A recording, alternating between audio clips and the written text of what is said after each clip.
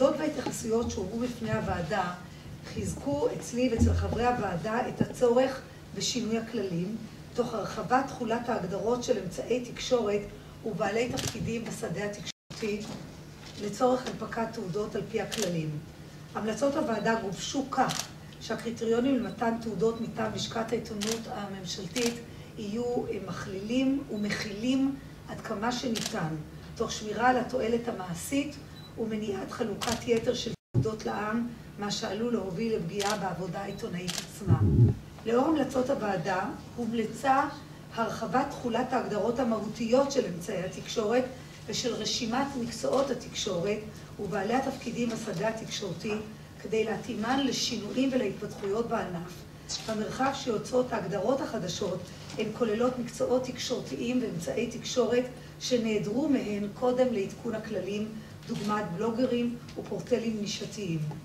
ההגדרות החדשות שיצרה הוועדה יוצרות הקלה עבור היוצרים הדוקומנטריים שמטבע עבודתם אינם פועלים תחת קורת גג מקצועית קבועה. כמו כן הסירה הוועדה מגבלות שונות שמנעו קבלת תעודות לעם, דוגמת היקפי תפוצה, דרישת ההבחנה בין מנכ"ל ועורך אמצעי תקשורת, והדרישה שמבקש התעודה יועסק במשרה מלאה באמצעי תקשורת. לטעמי ברפורמה אמיתית בפעילות של לשכת העיתונות הממשלתית, שתביא לפלורליזם תקשורתי, לחיזוק הערך החשוב מאוד לדמוקרטיה, שהוא חופש העיתונות ולבטיחות תקשורתית.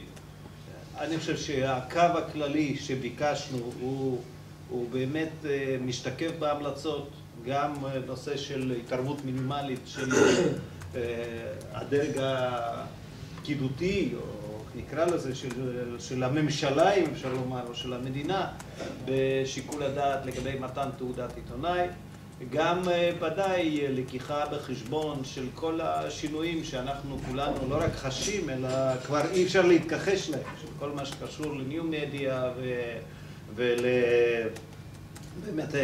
שינוי ההגדרות של מהי עיתונות ומי הוא עיתונאי, גם אם אין, והזכיר את זה כבר אורן, אין הגדרה פורמלית למקצוע הזה, אבל אני חושב שהדברים היום, לא יודע אם יש 7 מיליון עיתונאים, על פי טענת מנהיגי ישראל בעבר, יש 7 מיליון ראשי ממשלה, אבל יכול להיות שעכשיו אתה צודק, 7 מיליון עיתונאים גם כן, אבל בנימה עוד פעם רצינית יותר, אני חושב שאנחנו פה בעידן חדש שמוצא את ביטויה וגם בהמלצות הוועדה.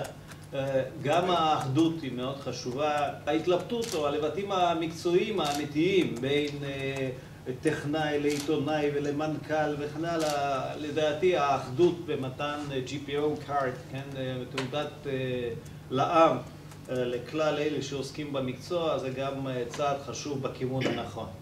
בעיניי, וכאן אני מרשה לעצמי כן לומר מה דעתי, מה גם שהיא די תואמת את הכיוון של הוועדה, הבשורה הזאת של בעצם מתן תעודות לבלוגרים, לאנשים שכותבים באתרי אינטרנט שונים, אנשים שבעבר, זה לא סוד, נמנע מרבים מהם לקבל את התעודה, לקבל גישה למקומות אירוע, למסיבות עיתונאים רשמיות וכן הלאה.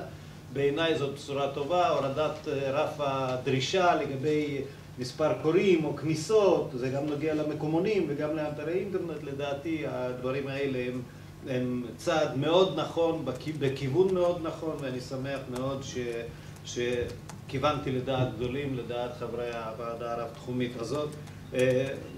לא נעים להזכיר את זה, אבל חובה להזכיר את זה בימים אלה שנשמעות כל מיני טענות, גם בדרך לכאן, כשאתה עובר מתחנה לתחנה, על סתימת פיות, על אחריות הטוענים בלבד ודאי. אני חושב שהוועדה הזאת הולכת בכיוון בדיוק הפוך מכל מה שניתן להגדיר אותו כצמצום, התערבות, סתימת פיות ועוד כל מיני טענות בעיניי לפחות מוזרות שאנחנו שומעים בימים האחרונים.